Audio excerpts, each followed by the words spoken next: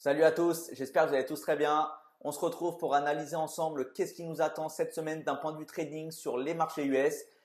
Bien sûr, on a ici une semaine un petit peu particulière.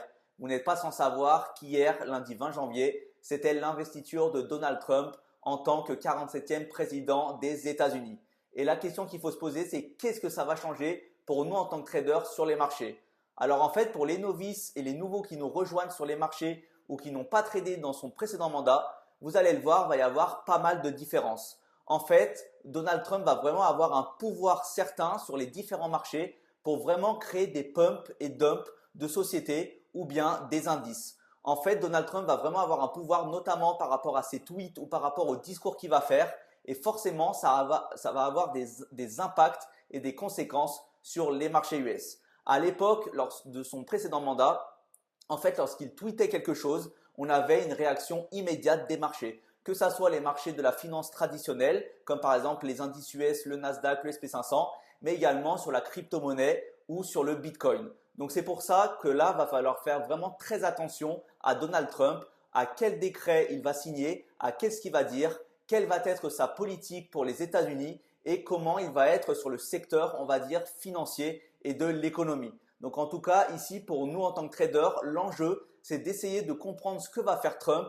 et d'essayer d'analyser les conséquences des tweets et des dires de Trump.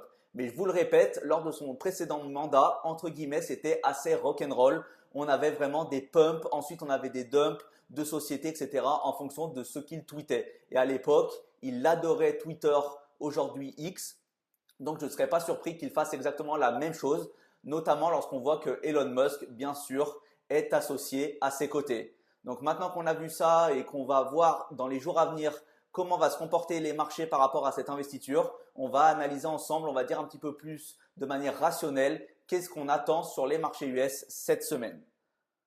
Alors, vous le voyez ici, comme toujours, j'ai filtré le calendrier économique de la semaine sur les news les plus impactantes. Et vous le voyez, entre guillemets, à part l'investiture de Donald Trump et la journée d'hier qui était un jour férié aux États-Unis, on a une semaine, entre guillemets, plutôt légère en termes de news fondamentales.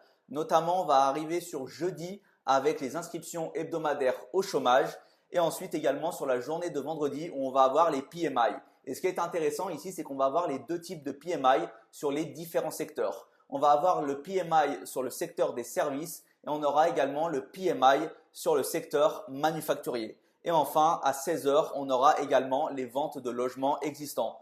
Donc vous le voyez, par rapport à une semaine, on va dire traditionnelle, on a un peu moins de news impactantes, mais il faudra quand même suivre quels vont être les décrets signés par Donald Trump, est-ce qu'il va faire des tweets, qu'est-ce qu'il va dire sur la politique, etc. Et donc, ça sera d'autant plus intéressant et d'autant plus impactant de suivre ses dires et ses premiers jours en tant que président plutôt que directement ici le calendrier économique de la semaine.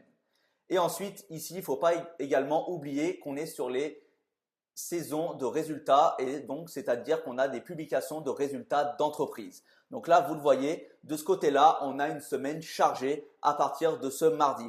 Donc là, on va être vraiment dans le secteur de l'industrie, dans tout ce qui est manufacturier. Donc vous voyez ici, vous avez par exemple 3M et vous avez notamment ici Netflix après la clôture de la session US de mardi. On aura également pas mal de compagnies aériennes comme ici avec United.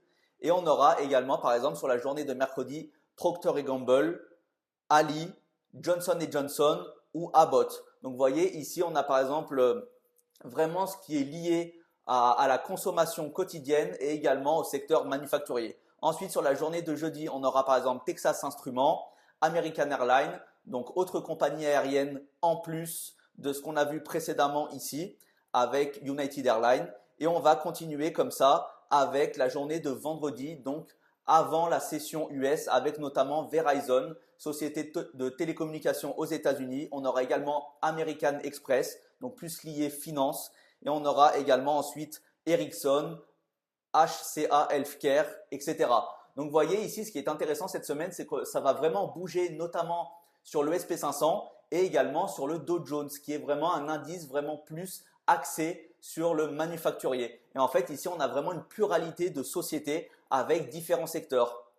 Secteur de la santé, le secteur de l'industrie, le secteur des compagnies aériennes, secteur de la télécommunication. Donc vous voyez vraiment c'est assez hétérogène. Et ce qui va être intéressant du coup, c'est que forcément ça va impacter les marchés US et principalement les indices du SP 500 et du Dow Jones. Et bien sûr pour nous en tant que traders qui recherchons de la volatilité pour nous placer, pour avoir des setups d'entrée, ça va forcément être intéressant. Donc vous voyez ici, on a vraiment ces deux penchants cette semaine. On a à la fois les news macroéconomiques et fondamentales et ici également beaucoup de sociétés qui vont publier leurs résultats d'entreprise. En tout cas, j'espère que ça a été clair pour vous. N'hésitez pas à me dire en commentaire si jamais vous avez des questions sur Donald Trump, sur son investiture, quel va être le futur, etc. Posez-moi des questions en commentaire et j'y répondrai avec plaisir. En tout cas, n'hésitez pas également à lâcher des petits pouces si ça vous a plu. Et on se retrouvera bien sûr pour une prochaine vidéo. Merci à tous et bonne semaine de trading.